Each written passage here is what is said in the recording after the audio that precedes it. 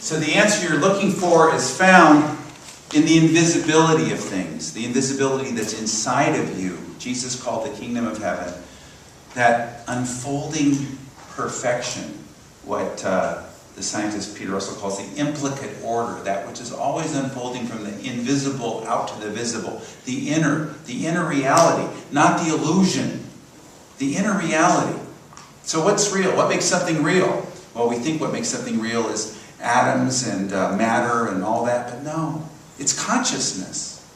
My daughter was 2 years old. She was toddling around, and she went up to her mom, and I was in the room, and she said, "Hey, Mommy, you know what the difference is between a stuffed dog and a real dog? A stuffed dog is not a real dog. It's not alive. Watch this. Roll over. Roll over." See, that's how you can tell.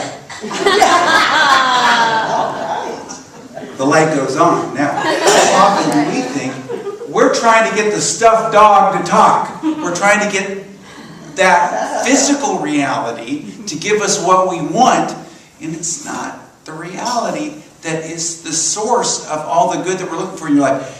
In your life, what is it that you're looking for? What do you want? You want an answer, but the answer's from within. So many times I've shared the story of my mom and my sister being born with the birth defects and the healing that happened, but my mom did not focus on the physical, even the physical healing.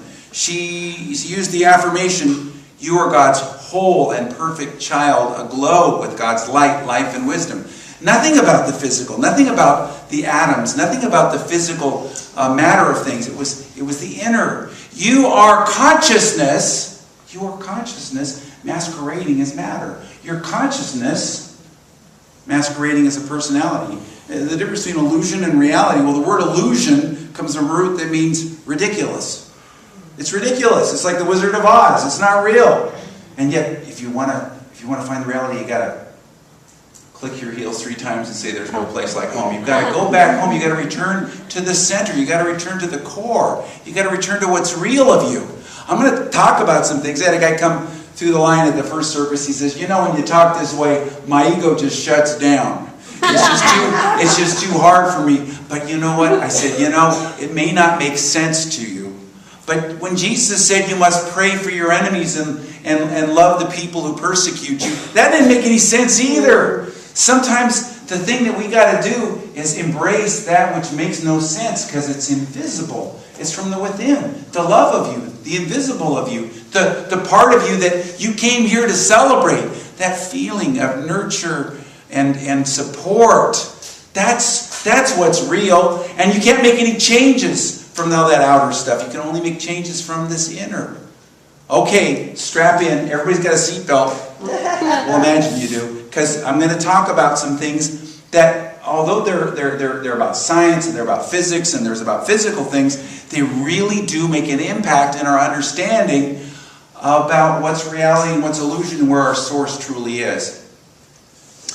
If you took all the matter within your body and you got rid of all the space and just had the matter, do you know how big it would be? Smaller than a grain of sand. You think, well, I'm made up of atoms, right? Well, okay. So let's take an atom. Just imagine an atom, and we're going to blow up the atom the size of Soldier Field. Never mind whether Cutler's playing or not. It's the size of Soldier Field. Okay, you ready for it? Now, how big is the electron? How big is a proton?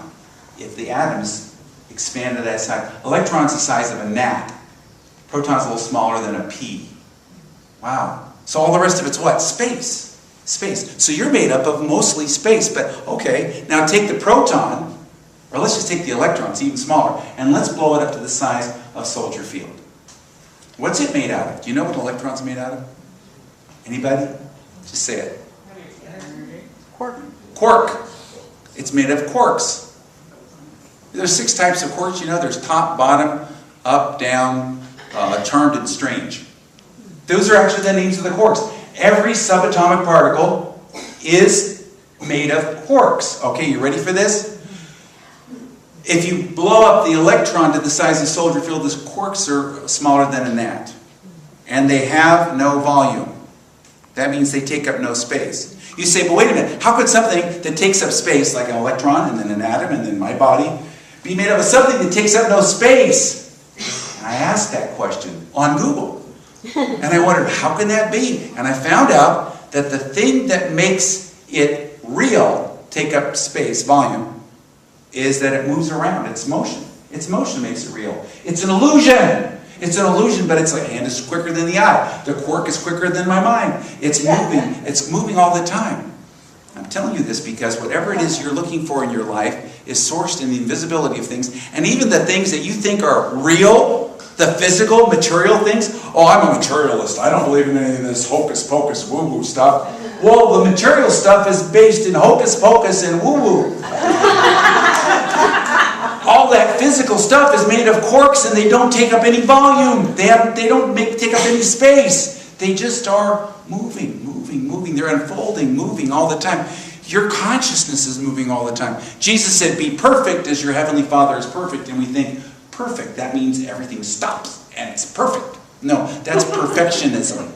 Perfectionism, is that thing where you go, better not breathe because it'll change, because, No, perfect is an unfoldment. It's an unfoldment from within. Jesus talked about this in terms of the kingdom of heaven, which isn't a place you go in the sky if you vote a certain party or something. It's, kingdom of heaven is the inner. And he used some different analogies for it. He said a number of things. He said it's like yeast. It's invisible. It's invisible. Again, inner, outer. And it unfolds. And if you seek it first, all the things will be added unto you. Remember, Solomon had that dream, and he was given, you can have anything you want to, Solomon. And he said, I want a wise heart. Something invisible. Solomon, you're going to get that wise heart, and you're going to get both riches and honor. Jesus said, if you go for the invisible, you'll get all that's unfolding. And Jesus talked about this kingdom of heaven, which is a consciousness. You are a consciousness masquerading as matter. You are a consciousness masquerading as personality. He likened this consciousness, this kingdom of heaven that dwells within you, with yeast, which is microscopic and is growing, a seed, tiny seed that's constantly growing. He even likened it to investments. He said, you got to invest in it. It's not a political thing. It's not an economic thing. It's about where are you putting your energy. Where are you putting your energy? What are you investing in? What are you doing with your time? What are you doing with your consciousness that you've been given? What have you been doing with it? And that's your investment. That's your investment. You're investing in it. We do a lot of things. We escape. I had a friend of mine who was posting on Facebook that she lives right next door a cemetery. And she was worried. She posted on Facebook, I'm noticing that the cemetery is crawling with people every night. They're all going around in the cemetery. Late at night, she worked the swing shift and was kind of freaking her out and kind of creeping her out. She said, are they doing drug deals in there? Is it prostitution? What's going on? Pokemon Go! They're all out catching Pokemon. Rosalie's out catching Pokemon. Everybody's out. Lynn's out catching Pokemon. And what are we investing in? There's nothing wrong with Pokemon Go. There's nothing wrong with the things that... But are you also investing in... Jesus said, lay up treasure. Do not lay up treasures in the realm of materiality, where in the world where moth and rust can destroy and thieves can break in and steal. Lay up treasures in that inner kingdom, where moth and rust don't destroy, where thieves can't break in and steal. You can catch all the Pokemon you want. She posted this morning that they weren't in the cemetery anymore. She didn't know why. I said, caught them all. Caught them all. But, you can catch all your Pokemon. You can get all the accolades. You can get all the materiality. You can get all that stuff. But it's all sourced from within. It's not what we should be focused on. And the political stuff in life. Boy, talk about something in the outer. Talk about horsehair scraping over catgut. Talk about roll over. I mean, we're talking about it's dead. And not investing ourselves in trying to convince people. You can let your feelings be known. You can speak out. You can make a difference, but don't argue. Don't argue. When was the last time you ever convinced anybody of anything, honestly? Don't argue. And about religion. Oh, religion. Let's get my little balloon out here. Religion in terms of the spirituality, is out on the rim. It's like the personality of you is out on the rim, the love of you, the soul of you is in the middle. That's the invisible reality of you.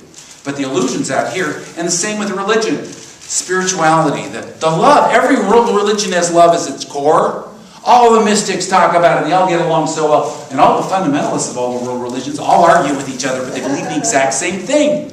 They're out here on the core. They think the same thing about women. They think the same thing about people that don't agree with them, except for their way is the only way. So move from this outer thing. Don't argue religion. How many of you in this room have somebody that if they knew you were in this room, in this belief system at this time, would not be particularly happy about it? Don't raise your hand. Don't have to do that. And so why get into arguments? Don't get into arguments. Don't do that. So what gets you from out here on the edge, and it really is on the edge, down to the center, the core of your being, where you're safe and you're nurtured and you're supported and all the good comes forth and it's always unfolding. What does it? Kindness, compassion, a sense of humility, realizing, boy, that person that I want to argue with, that was me 20 years ago or 6 lifetimes ago or whatever your belief system is. That we all are unfolding, and people believe what they're going to believe based upon their experience and their history and what's in their subconscious. And we don't mess with that. We don't mess with that. We can let our light shine. Jesus said, you got to let your light shine. He didn't say take it, shove it down their throat. He said let it shine, put it up, and then let everyone see it, and let it illuminate the people around you. So, I'm talking about something very interesting. I'm talking about the unfoldment of an implicate order. What am I talking about? The unfoldment of an implicate order. Peter Russell's a scientist, and he talked about this implicate order. He said that everything unfolds from within, and he came up with all kinds of scientific things about it. And he lived and lives this truth. And the way I know that is that a good friend of mine was at a conference with him, and she had a medical emergency, and it collapsed, and she didn't know him. He picked her up. He took her to his car, drove her to the hospital, and took care of her for 2 days. Why? Because he lives from that inner implicate order. It's not just this theoretical science thing. He lives from these inner, and she didn't know who he was, and he didn't know who she was. But there's this constant unfoldment. You say, but that's not real. You're always telling me, Greg, to say these affirmations, to sit and meditate and do all this stuff. But that's where you're going to find your answer. Being kind and reaching out to other people. Taking the time to take care of visit your grandpa. Take care of the people in your life. Not be codependent with them, not always make them happy, but always letting that unfold. So I've got another little thing here that shows how the invisibility of things unfolds from the unlikeliest of practices. Where are you investing yourself? So think of this as the physical, what you think is the reality of things. But actually there's a hidden inner reality, this implicate order. And it's folded in on itself. It's always there in potential. It's always coming forth, but we don't always see it. So I'm saying to you, take a little bit of time to meditate, to pray. Joseph Campbell, the mythologist, said, you must have a room or a certain hour of the day when you do not know what is in the news. A place where you can simply experience and bring forth everything that you are and everything you might become. At first you might think nothing's happening, but when you have a sacred space, take advantage of it and use it, and always something will happen. It doesn't have to be large. It could be anywhere. It could be a space simply in your heart. My hammock. A space on the couch. And I don't check my phone there. So I take that time, and I'm going to meditate a little bit. I don't have time to meditate. Well, I'll take a little bit of time. Well, you have that experience, and you say to yourself, well, that wasn't much. It didn't really do anything. Just a little thing. And then you have beliefs, and you hold a belief. You decide, I'm not going to believe this limitation anymore. I'm going to believe something that's more an expression of my limited self. No, that didn't do much. And then I'm gonna hold in faith when I don't really want to hold in faith. It didn't do anything. And I'm gonna change my desires. I'm going to desire and invest in that which is maybe some compassion, some kindness.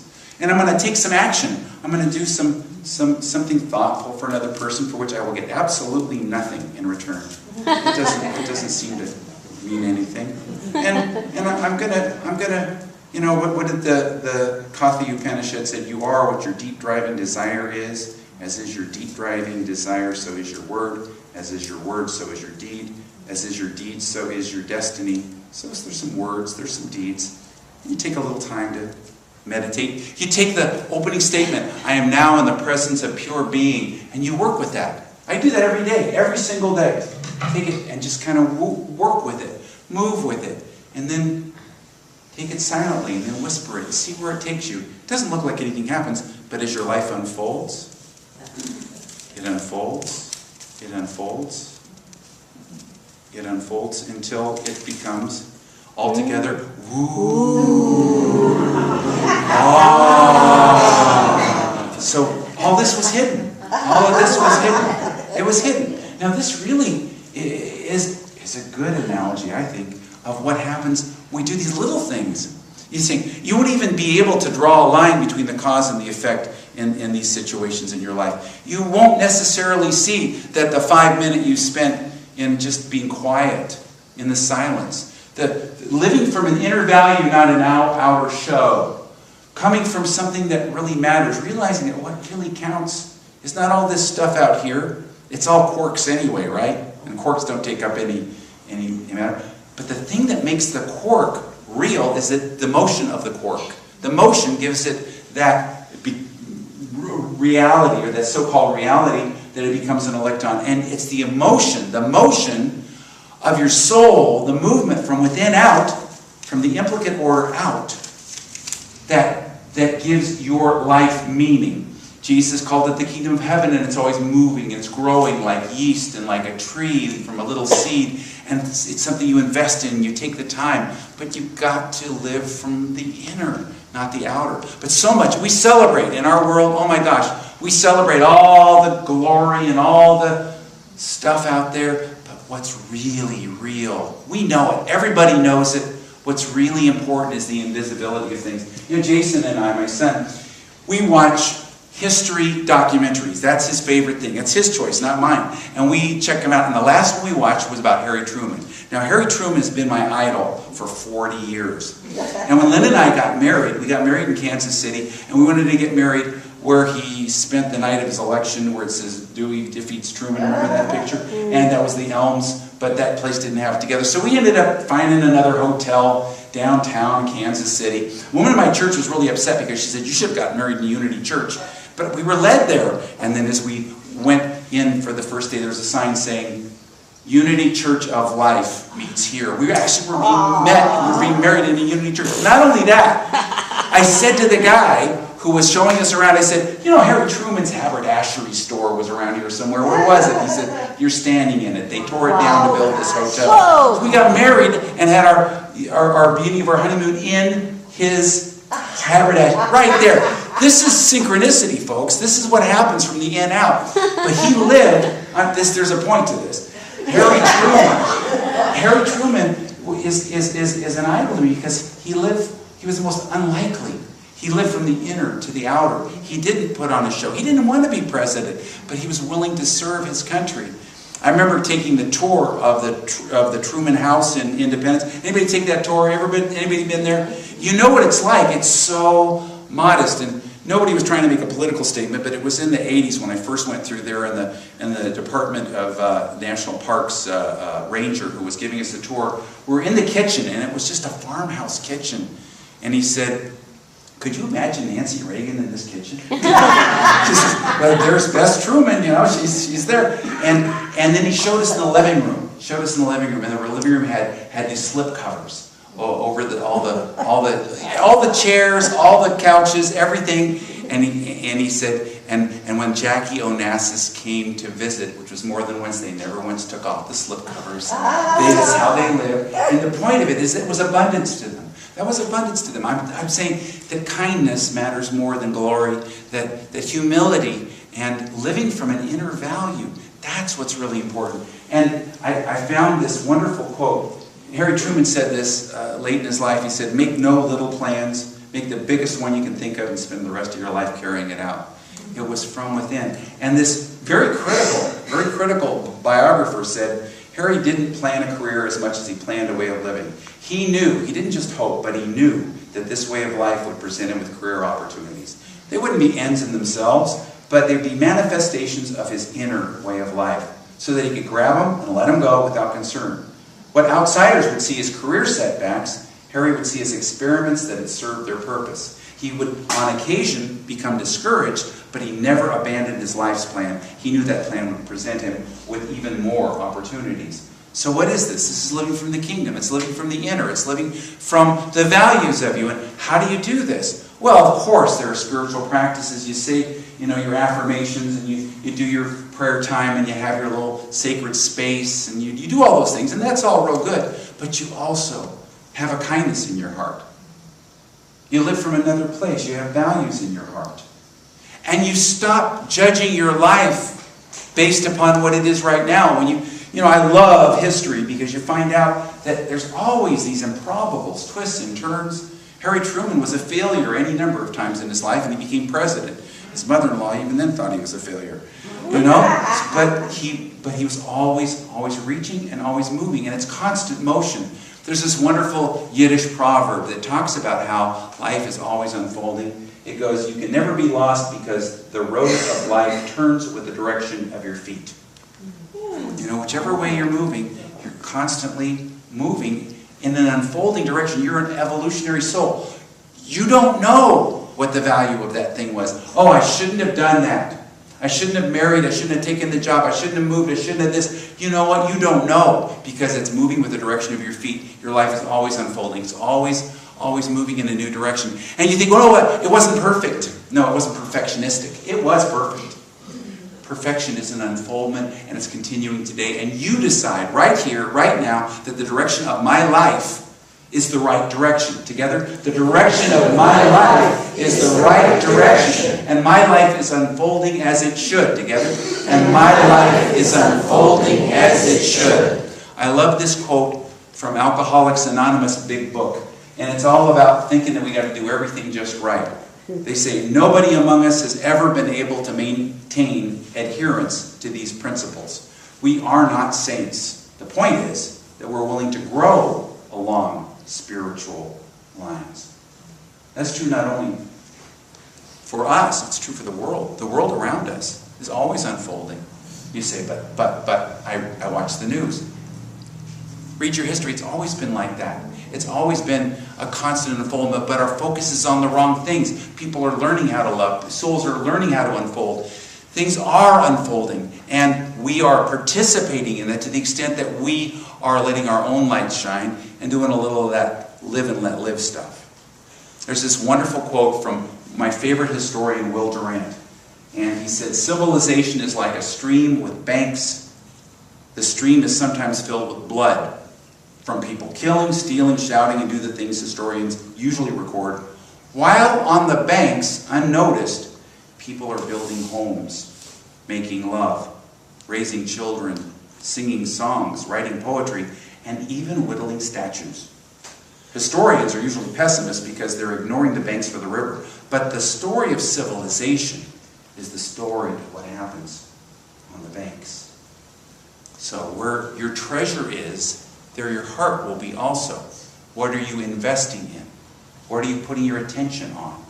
How are you living your life? You have to kind of let go of some of the appearances, because that's just the stuffed dog.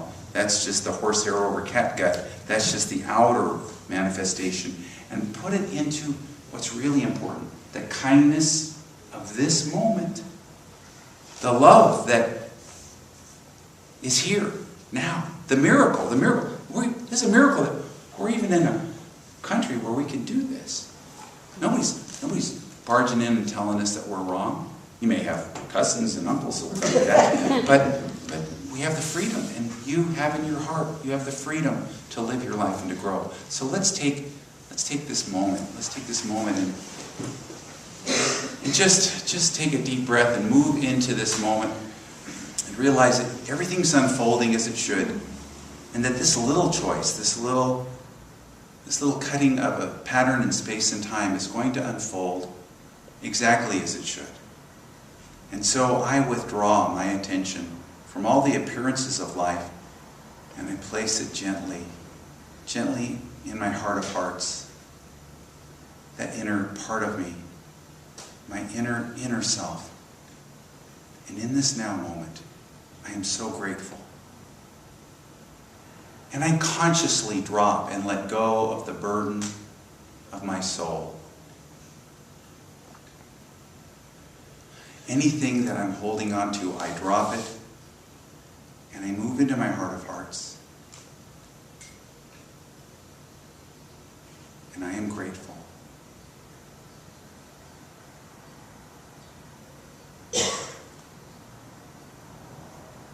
With gratitude in my heart and love for all my sisters and my brothers, for all of humanity, I am grateful. I am so grateful. Thank you, God. And so it is. Amen. And now we move into meditation. Now we let the words, the thoughts, the feelings move us inward. Now we release all that's in our hands and our thoughts. And we move into this now space, this quiet space. In the center of each one of us is the presence of pure being.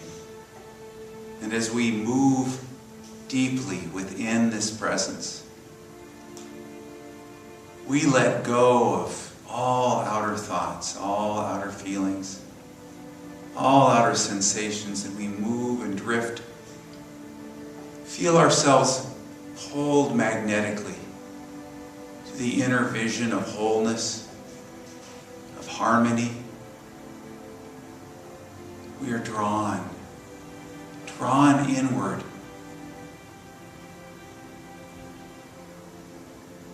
Into this now moment experience. We feel ourselves moving deeper and deeper within. And we drop all that's concerning us. We drop it all. We let go of all thoughts.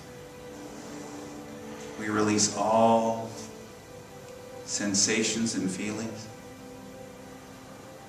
And we rest in our hearts. We feel ourselves take a gentle landing in the soft, downy presence of our heart of hearts. We are so comforted here. We are so at peace. We're so protected, so safe here. Again, we feel the warmth, the softness, the trust and the peace of our innermost self. And we lay our burdens down.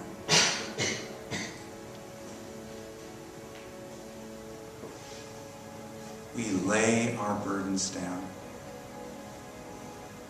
We lay our thoughts, our feelings, our sensations and concerns down. We lay our concerns about other people down, about the world. We lay it all down. We don't pick it back up again. And when we lay everything down, there is infinite space for good. The great heart of God, and the infinite love of God. All is forgiven. All is fulfilled. All is at peace and all is good. Once again, our open hands, our open hearts, we lay everything else down. Become apart a while. And we rest.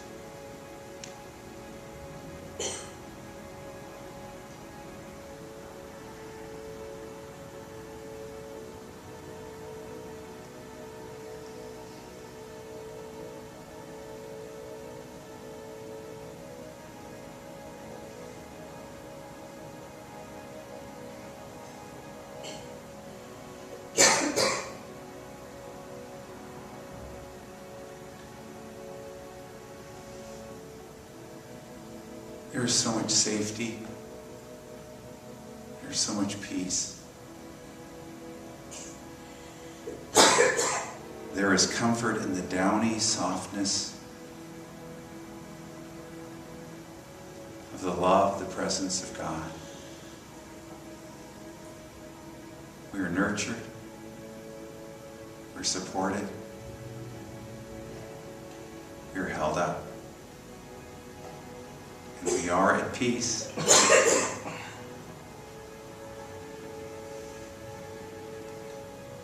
Thank you, thank you, thank you, God. And so it is. So we're going to take our offering today, and our offering statement is, I give from my deepest heart and I receive abundantly. Together. I give from my deepest heart and I receive abundantly. Silently. And together.